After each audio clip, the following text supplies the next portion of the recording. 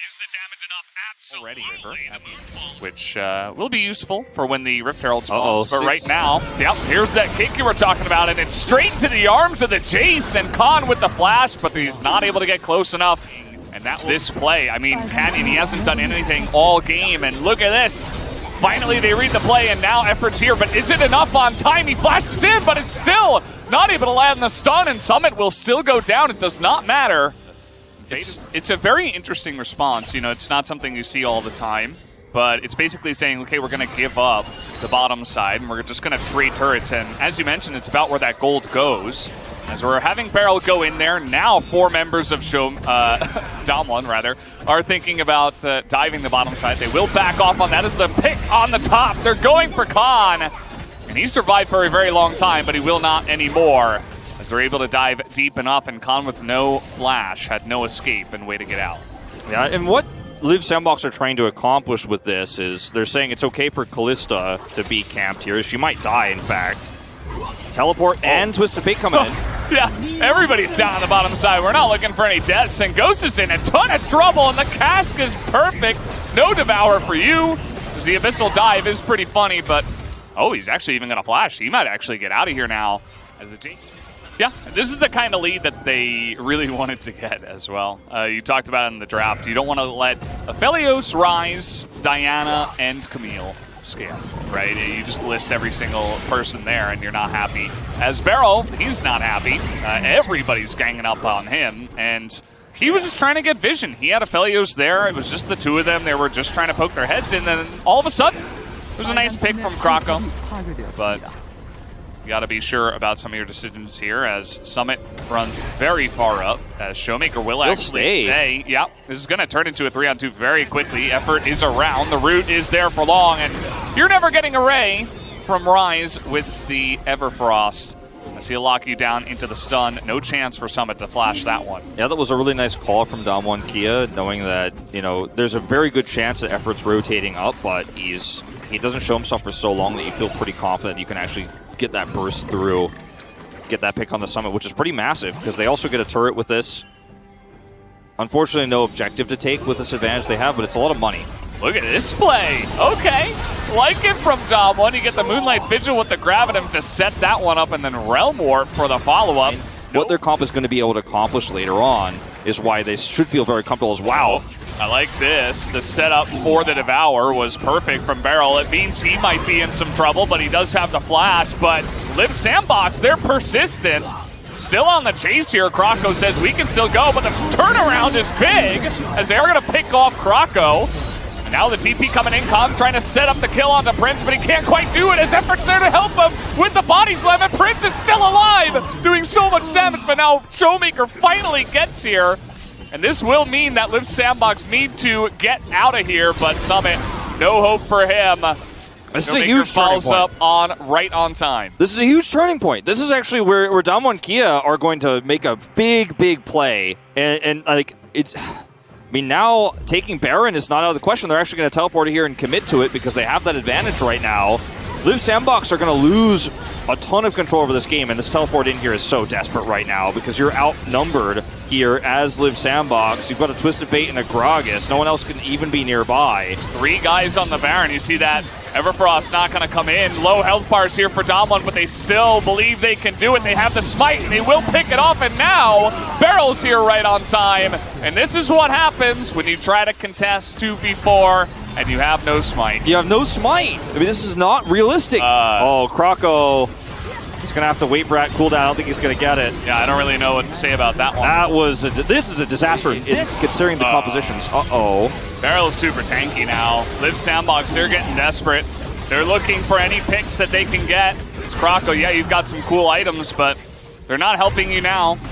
Remember, Kroko was 4-0. Now he's 4-3. Summit's getting an inhibitor turret. And we got Kroko. So. He's got that Q. The stun is going to lock him in, and that's going to be enough. The Baron will come in for the side of Damwon, as the Moonfall isn't fantastic, as they now are able to get in there with a Fate's Call. But look at this. Aphelios Ghost is just going ham now, able to root 3 people with that Gravitum, and that might just be enough, as in comes Khan. Summit's never able to do enough. He's trying so hard, him and Fate, but In the 5v5, they are just going to get dominated at this point in the game. The Baron and a huge team fight going to the hands of Dom1. That commitment into Dom1's jungle was really the first domino to fall. That was a set of dominoes falling apart here for Live Sandbox, where Dom1 Kia are able to get objective after objective map control. The composition comes online, and you could see Live Sandbox started to choke a little bit. You know, Krako going into that Dragon Pit looking for Ghost. He ends up dying. A lot of small mistakes, a lot of desperation here.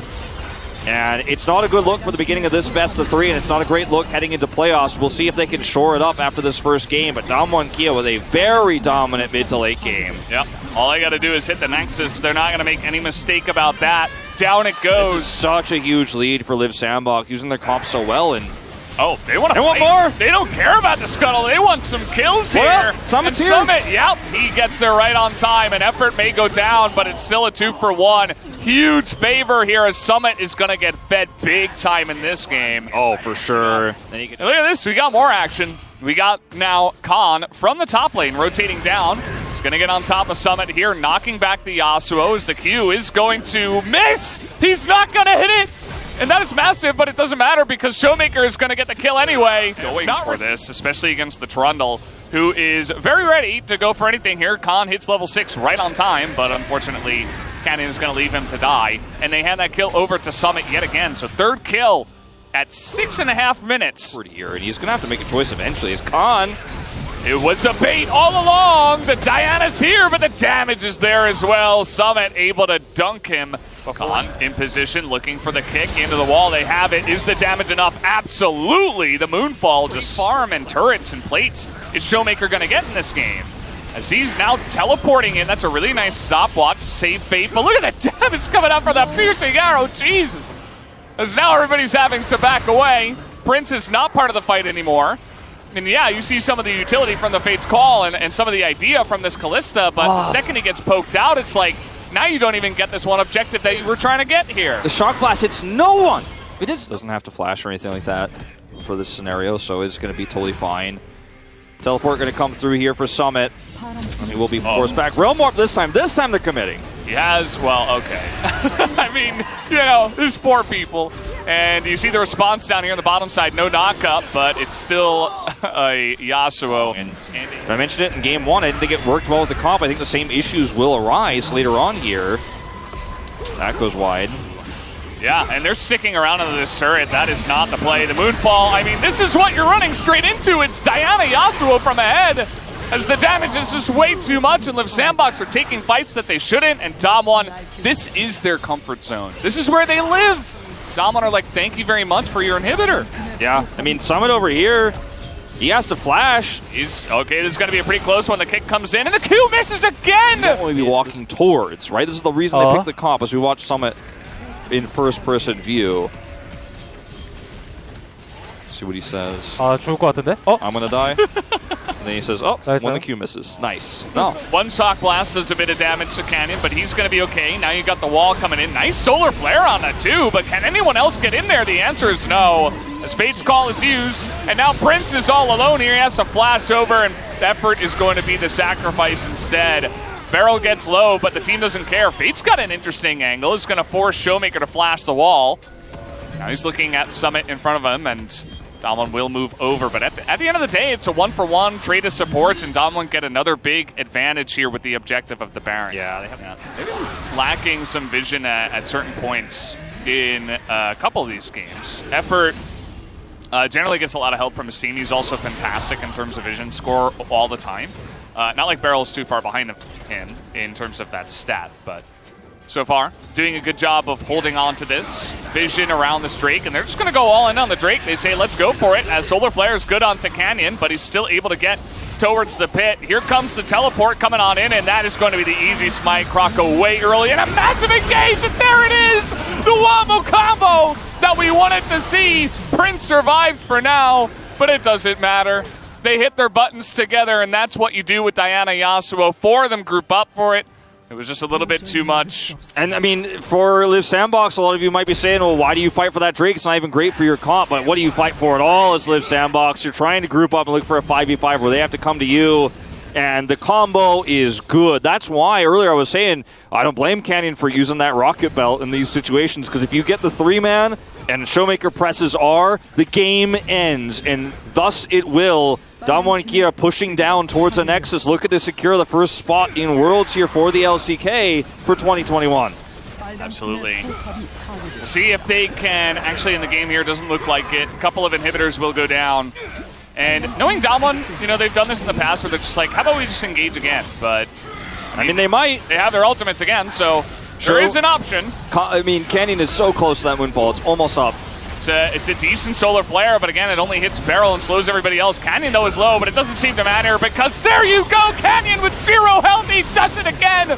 Finds 4, and there's the ace, and it is clean from Damwon. This is a statement as Damwon come in and smack Live Sandbox to the ground and secure Worlds as the first team from Korea. Absolutely dominant performance here in this best of 3. The matchup we were most hyped for, the one that we were all calling out. You gotta watch Damwon Kia versus Live Sandbox. Ends up being a complete and utter stomp.